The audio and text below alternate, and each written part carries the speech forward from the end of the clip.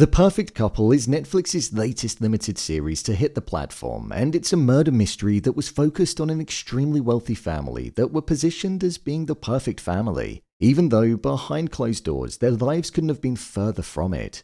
With the death of Merritt Monaco occurring on the evening before Benji and Amelia's wedding, this 6-episode season was leading us in multiple different directions and making us guess who the killer could be. With family drama, a death, and an ending that maybe could have just been a little bit better. Let's jump into the video and break down all that there was to take away from the show. Here is The Perfect Couple ending explained. Just to let you know, this video will contain spoilers. The ending explained. With regards to the ending of this show, we saw that every individual in the family had been accused of being the murderer of Merritt at some point. Whether that be Will because of his strange behavior and him being around her moments before she was killed, Tom because he wanted to scare her off because she was pregnant with his father's child, Isabella because Merritt having Targ's baby meant that it would delay the trust fund being released to Tom, which meant that she wouldn't get the $2.5 million that he owed her, Targ because he was obviously having an affair with her, and also Greer because she knew that Merritt was being intimate with her husband. But like in all good murder mysteries, it was the person that we least expected. The killer actually turned out to be none other than quiet pregnant Abby in the corner who looked like she wouldn't hurt a fly. It was never truly revealed why it was that Abby killed Merritt, but I think there could be a couple of different reasons. The first is the reason that Tom theorized about why Isabella was going to do it. Tom wanted a loan from his father so that himself and Abby could move into a new apartment due to the fact that they had a baby that was on the way. However, Targ didn't give his son the money because he almost wanted him to learn a lesson. This is something that obviously didn't go down well with Abby because she was relying on that money so they could start their new life. With her finding out that Merritt was pregnant, she probably knew of the trust fund situation that was at play and she was banking on that money from Tom. So with a new baby on the horizon, that would mean that the money wouldn't get released for another 18 years, something that didn't sit well with her. So in order to eradicate the issue, she took one of the pills from the prescription roulette, crushed it up and put it in the orange juice that she gave to Merritt and then proceeded to drown her, meaning that there would be no chance of that money being held up when Will turned 18 in a couple of months' time. I'd say that feels like the most likely motive for her doing it. However, Isabella said something when she was being interviewed by the police which could point towards another reason, or at least a secondary one. When Isabella was being accused of being the killer, she said, "Beautiful women don't kill for money or for lust. They kill for power and for position." With Abby knowing that her husband was cheating on her and feeling like she was essentially mirroring the relationship that Greer was having, when she saw Tom stumbling back with Isabella, she may have killed Abby as a way of being able to get that anger out and a way of asserting her power in a moment where she felt weak. That would have also given her power over the relationship that she had with Tom, because it meant that she would have been guaranteeing herself the money and the life that she wanted. What happened to the perfect couple? Well, it's safe to say that the perfect couple were no more at the end of the show, nor the family. Greer had essentially lived this life for the entirety of her career where, to the public, her family was just perfect, when in reality, as we saw, behind closed doors, it was the complete opposite. Nobody was faithful to one another at all, and there were cover-ups after cover-ups that were present. This was a life that she was alien to at first, but she found herself over the years being fine with just going along with it. Towards the end, we found out that Broderick Graham was her brother, and she used to be an escort. This was how she actually met Targ. She knew all about his cheating over the years and just went along with it because she felt as though she had to be this perfect person because of the fame that she had. But upon being on the cusp of facing jail time for a murder that she didn't commit, she realized that she needed to and wanted to take a hold of her life and be true to herself. So she ultimately left Targ and moved back to the city in order to write a follow-up book that was all about Amelia.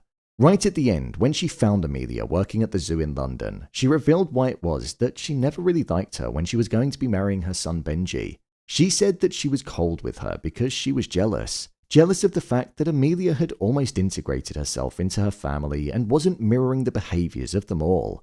She wasn't trying to be this perfect person like everybody else was giving the facade of. Plus, she was also probably jealous because she felt as though she was losing her son. However, with her now being on her own, she wanted to take Amelia for dinner, and over dinner, they'd probably realized that they had more in common now than they probably ever did when they were part of this perfect family.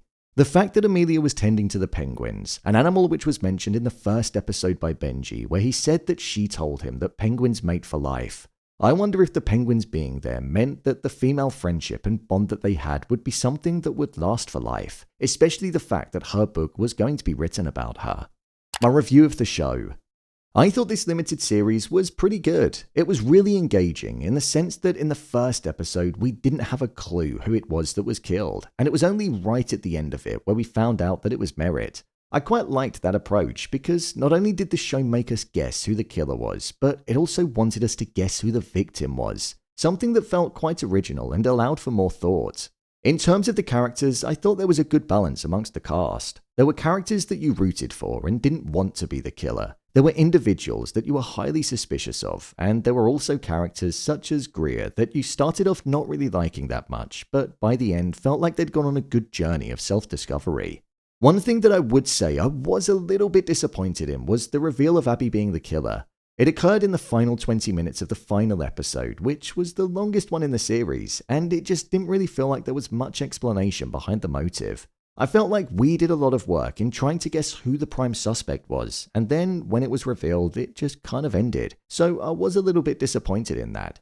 In terms of the story, I thought it was highly engaging, and it had me hooked at the end of every episode when it came to finding out and guessing who the killer could be.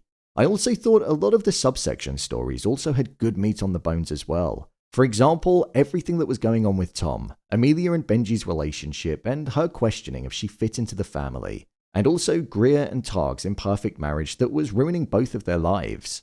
6 episodes was the perfect amount of time for this show. Anything more and I feel like it would have seemed like it was dragging. I'd say it lived up to the title of being a limited series, which is something that I appreciated. A limited series should sit around this length, so I'm pleased. There was one arm of the story that I thought was a bit pointless, and that was Shooter, and the revelation that he had powerful contacts, came from a wealthy background and had a kiss with Amelia.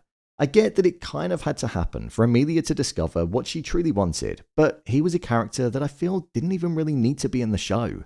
His individual arc didn't really go anywhere, whereas I feel everybody else's story had some kind of importance behind what we were seeing. With regards to the performances, I thought the cast did a great job in their roles. Nicole Kidman was solid as per usual, but I also thought that Jack Rayner was a standout considering that he wasn't necessarily one of the leads. I really bought into the character and the attitude that he had, and I thought he delivered a solid performance.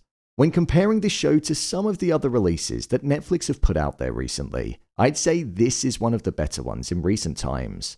Like I said, it was an enjoyable ride that felt interactive because in every episode you're wondering who was responsible. I was just a bit disappointed with the reveal being a bit rushed and there maybe not being as much of a twist as I feel like there should have been, but it's definitely worth a watch. It's not a waste of time at all. So, there you have it, The Perfect Couple ending explained. If you want to see more videos on your favorite TV shows and movies getting broken down, then click on the card in the top corner. There's an entire playlist there. Or alternatively, you can head over to my channel where you'll find them all.